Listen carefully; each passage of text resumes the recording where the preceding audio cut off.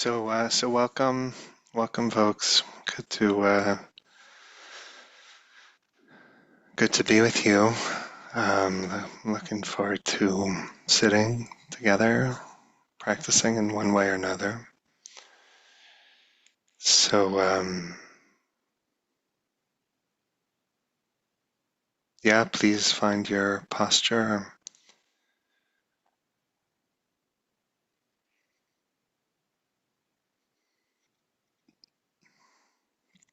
sitting, standing, laying down.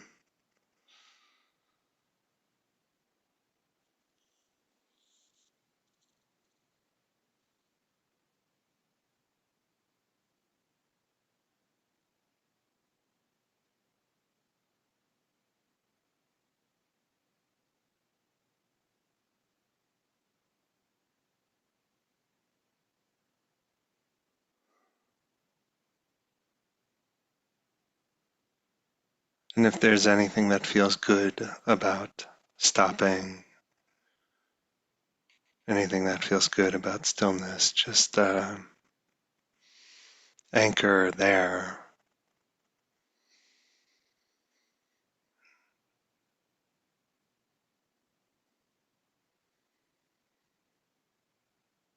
It doesn't need to be intense, and the pleasantness can coexist with a lot of unpleasantness, but anchor to whatever feels good in the stopping.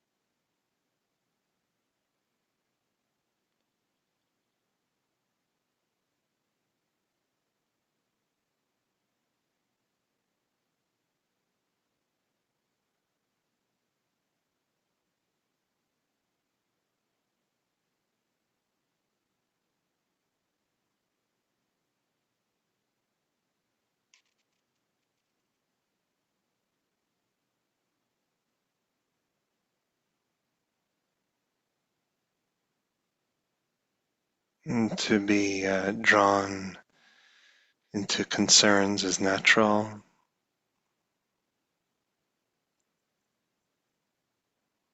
And pleasantness, mild pleasantness, doesn't feel urgent at all, and so it feels irresponsible not to worry or plan, tie up the loose ends of the day, week.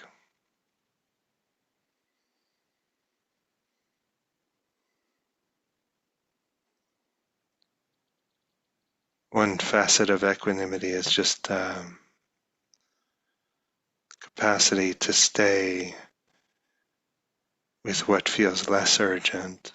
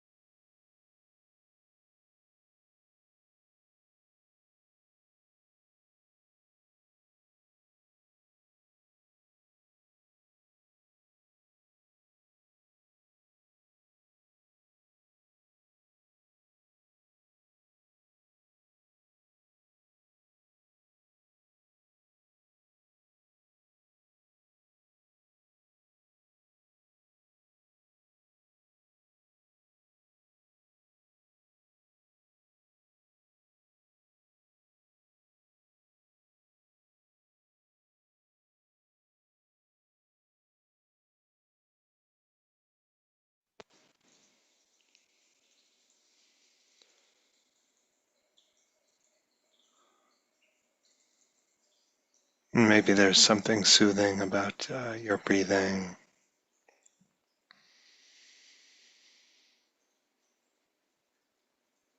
Deliciousness of getting oxygen when you need it.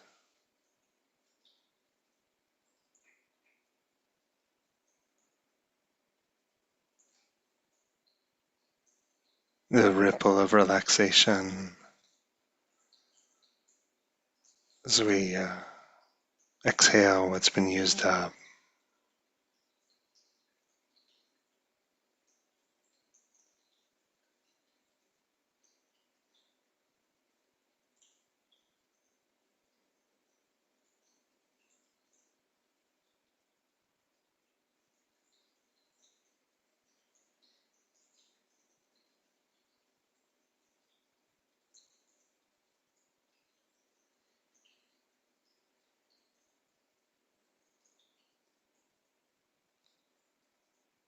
Satipatthana says that we establish mindfulness by placing down greed and distress with respect to the world.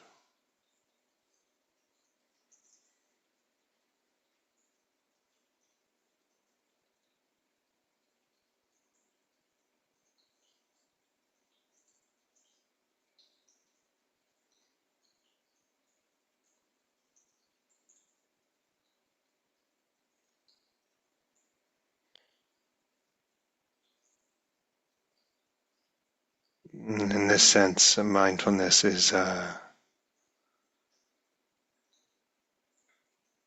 built on the foundation of something like equanimity.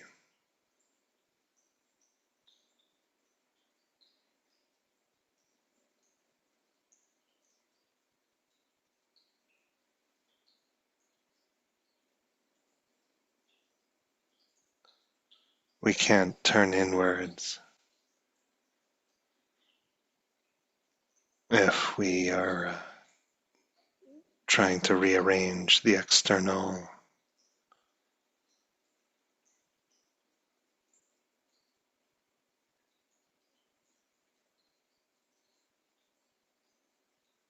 We can't truly turn inwards if we're turning inwards in order to rearrange the external.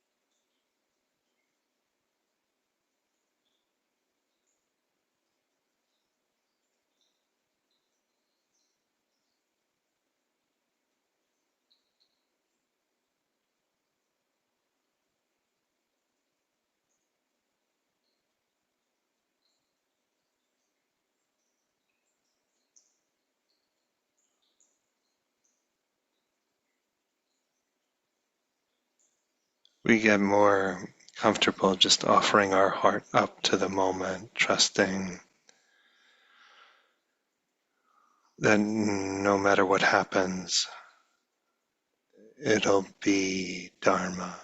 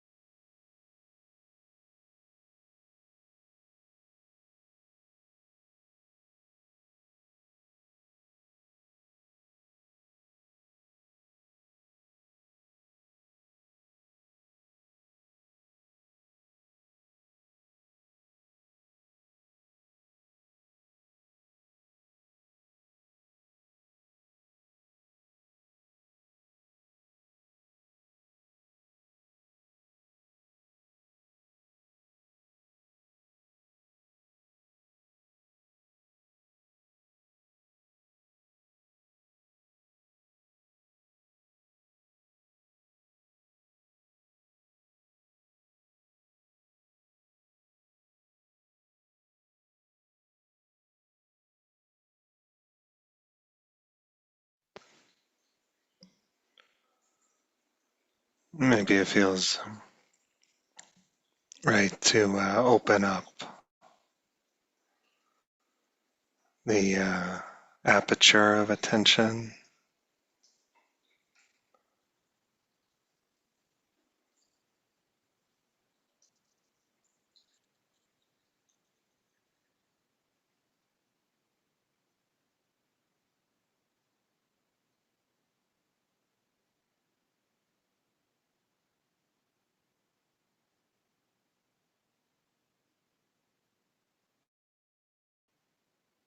We see how much the attention can relax around all objects.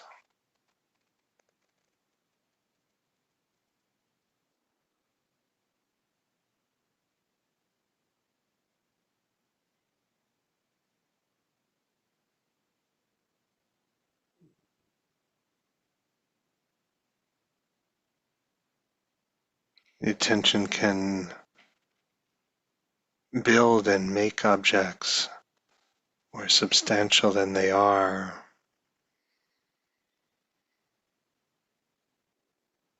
The object becomes denser, weightier.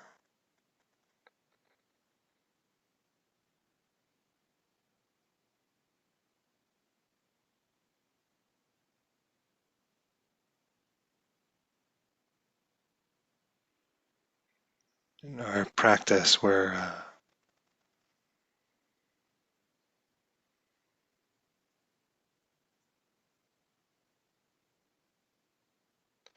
making what was heavy light.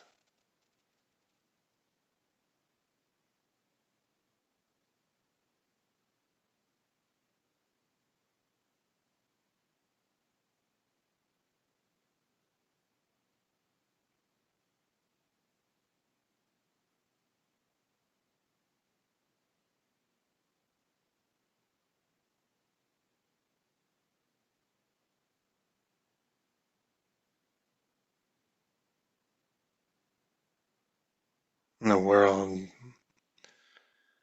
it's a little quieter, the awareness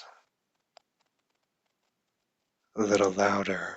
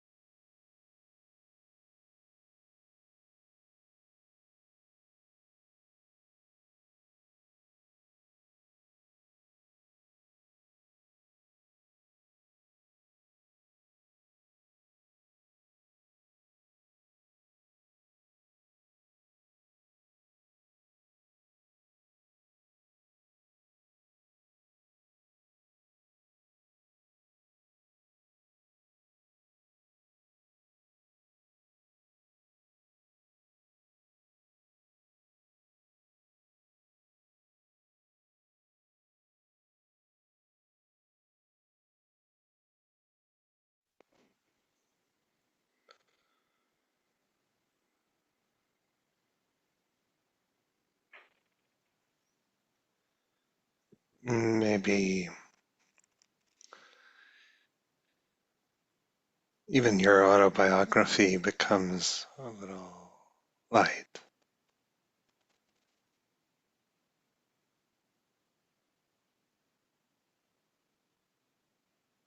run through with space.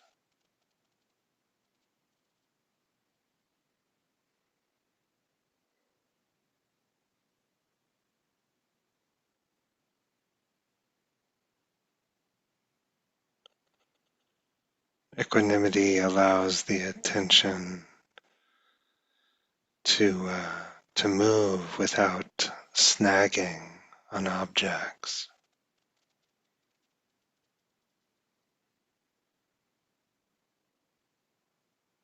snagging the way a hangnail gets snagged on fabric.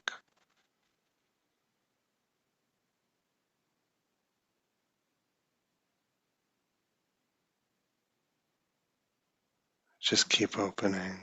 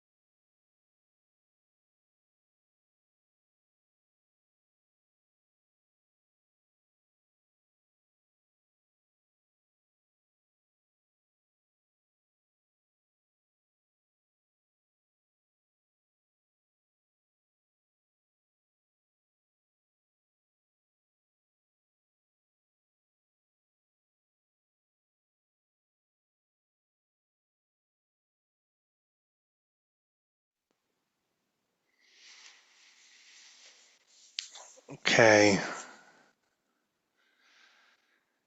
I see a comment. No, that was just hair. A cat did not scratch my forehead.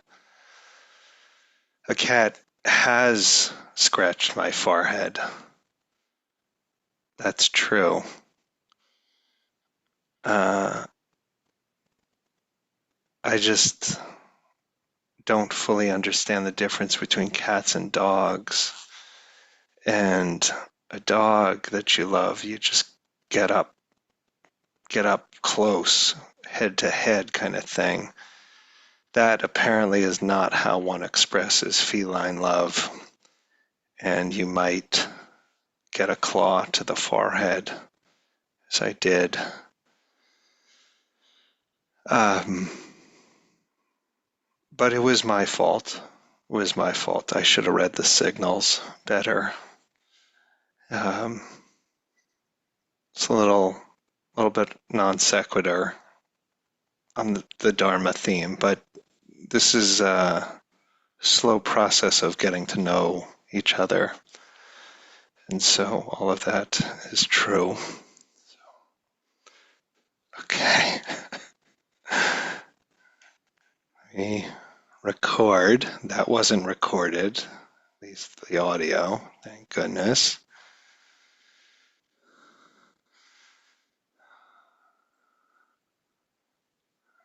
Um, okay, so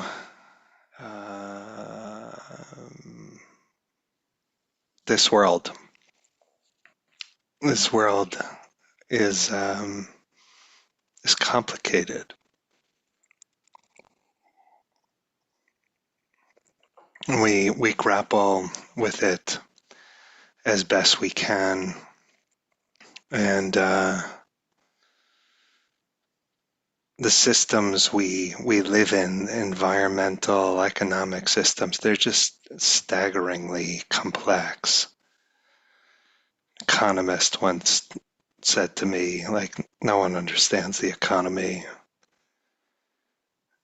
And our brain, you know, says one researcher, well, Singer, the more we learn about the brain, he says, the more abstract will the descriptions become because we shall be dealing with increasingly complex assemblies of neurons and the spatiotemporal patterns generated by these assemblies. These patterns are with all likelihood non-stationary and best described as dynamic trajectories of a highly nonlinear system.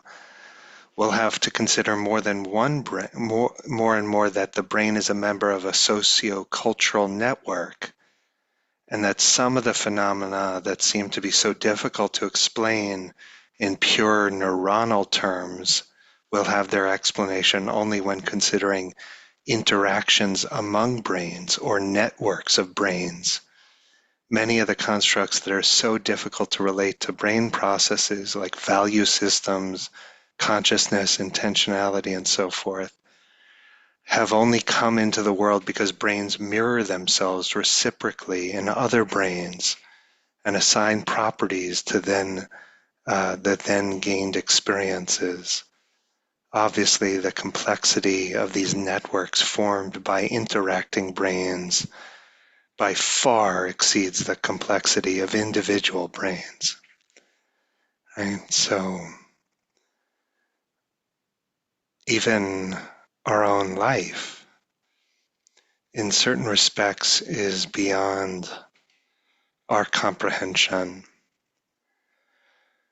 We we desperately try to explain our life, you know, to explain how we got to be the way we are, to explain why we love or do not love another person, to explain a mood, a momentary, why we're feeling like this right now, to explain our moral commitments, our beliefs, why we value this or that. We give a lot of reasons for what we do and say and believe, but those reasons may not be the actual causes of our actions, our words, our beliefs. We tell stories. We tell the story of our life. We tell heroic stories or tragic stories, or we tell stories of redemption. But every story is ambivalent about truth. And what we call my life is much more mysterious than we tend to believe. And then there's this universe, This is from cosmological science. We can currently see a sphere around us extending 46 billion light years in all directions, known as the observable universe. Light and galaxies beyond this sphere haven't yet had time to reach us.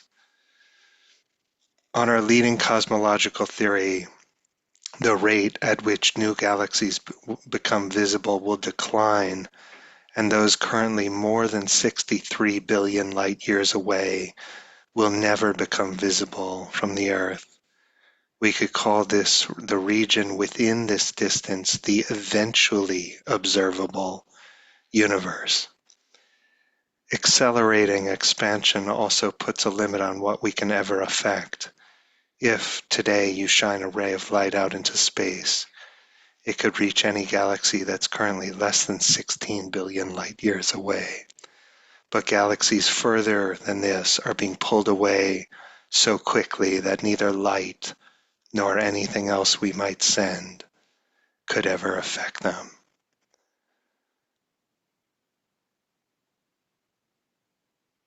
There's something beyond even the eventually observable universe, And I read that because it's like just to marvel at how much we'll never know. It's so complex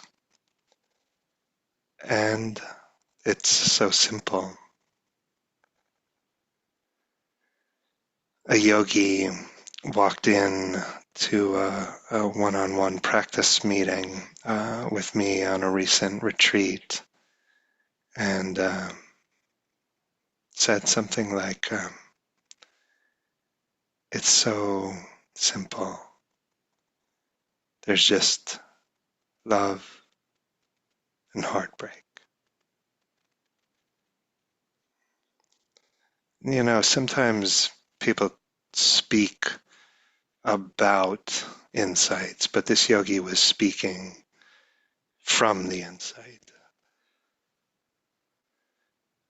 And the Buddha said, if we focus on the wrong categories of experience, the wrong distinctions, really, we spin out, we get confused, we cause trouble, praise and blame, good and evil, self and other. If we get too fixated, it's not the right place for our energy. And so he offered a much more fundamental distinction that simplifies everything: suffering and peace, the highest happiness. And maybe love and heartbreak is a kind of variation on that theme. And perhaps for you, love and heartbreak is a useful framework for understanding your life, simplicity of it. There was you know, so much love in the beginning as a baby, the soft animal of your body loving what it loves, and all that love, all that need, almost instantaneously running into heartbreak. The world has and will disappoint us at a fundamental level. Whatever love we've received, it's involved heartbreak. Whatever love we get, it will involve more heartbreak. But we try to grow up, perhaps master the kind of dialectic of love and heartbreak. We grow up and we try to figure out what we love or what's actually worthy of our love. And maybe we find someone to love, and someone with whom we dramatize the cycles of giving and receiving. Leonard Cohen said it doesn't matter whether we found ourselves in the loneliness of separation or the vertigo of union. Everyone finally learns there ain't no cure for love. And maybe that's a way of saying that something like we can't not love. We must love. But that love entails heartbreak. And so there's no cure.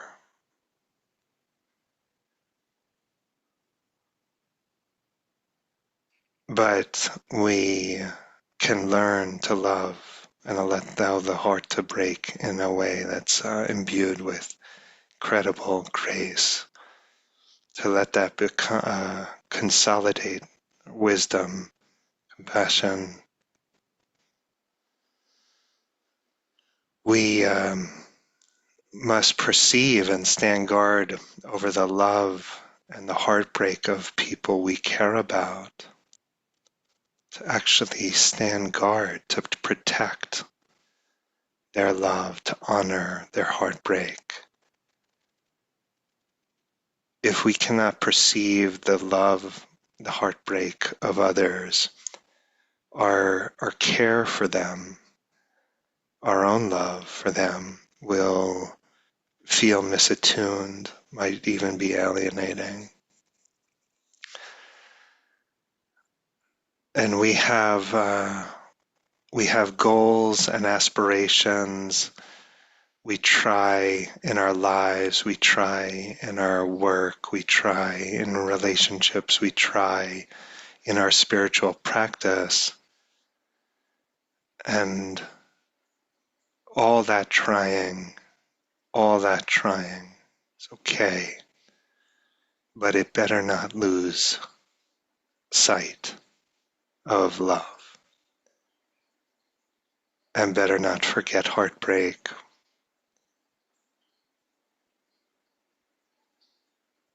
We grow up and discover, to our amazement, we should have known, but to our amazement, that we must yield our life back to time. It's more heartbreak, more love. I offer this for your consideration. Please pick up what's useful, leave the rest behind. Huh?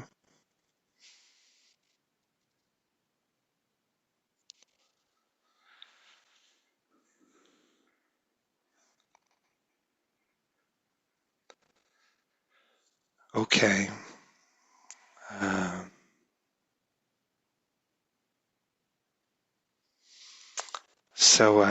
so thank you for your attention. And yeah, this is the last meeting of this year. Next week, Christmas. We won't have class Christmas, and then I'll be back January 1st, New Year's Day. And yeah, thank you. You know, certain Wednesdays we started in April, I think, and we'll keep going. Hasn't been canceled yet. Um, yeah, I'm grateful for your support and the Dharma solidarity over the course of the year. So I wish you all well, and I'm gonna go check the chat and see if there were any consequences to my cat comments. I'm not trying to add to the divisiveness of our polarized country with more dog-cat dichotomies, but yeah, I wish you all well. See you somewhere on the Dharma campus. Yeah. Okay.